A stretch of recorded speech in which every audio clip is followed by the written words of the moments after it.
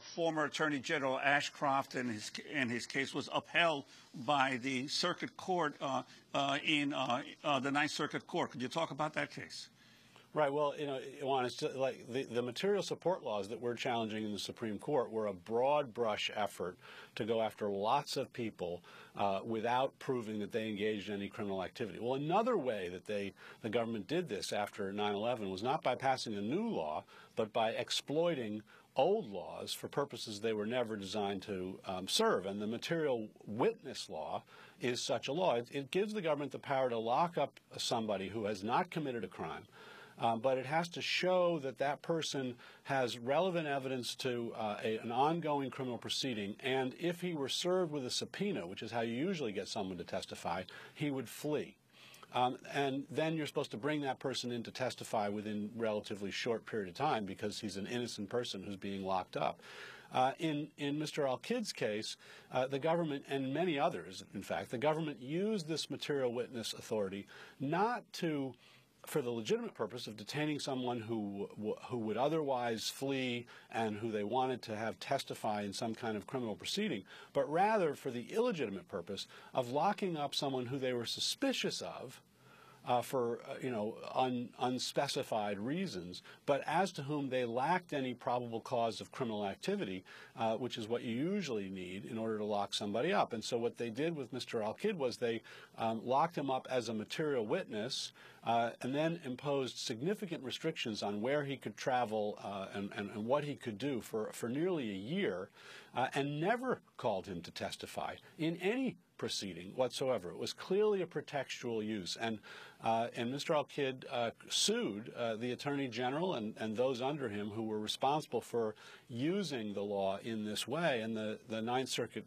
Court of Appeals, in a decision written by a judge appointed by George W. Bush, said that Mr. Ashcroft has to stay in the suit and can be held accountable because he himself devised and publicly extolled this policy of using the material witness law for this illegitimate purpose of rounding up people as to whom we lacked any probable cause of criminal activity. David Cole, I want to thank you for being with us, attorney for the Humanitarian Law Project, law professor at Georgetown University, editor of the new book, The Torture Memos, Rationalizing the Unthinkable, on the Supreme Court for the first time reviewing the USA Patriot Act, or parts of it. This is Democracy Now!, democracynow.org, the War and Peace Report. Stay with us. After break, we will talk to a mother whose two daughters, twins, diagnosed with a rare form of cancer when they were 4 years old, were denied health care by Cigna. Stay with us.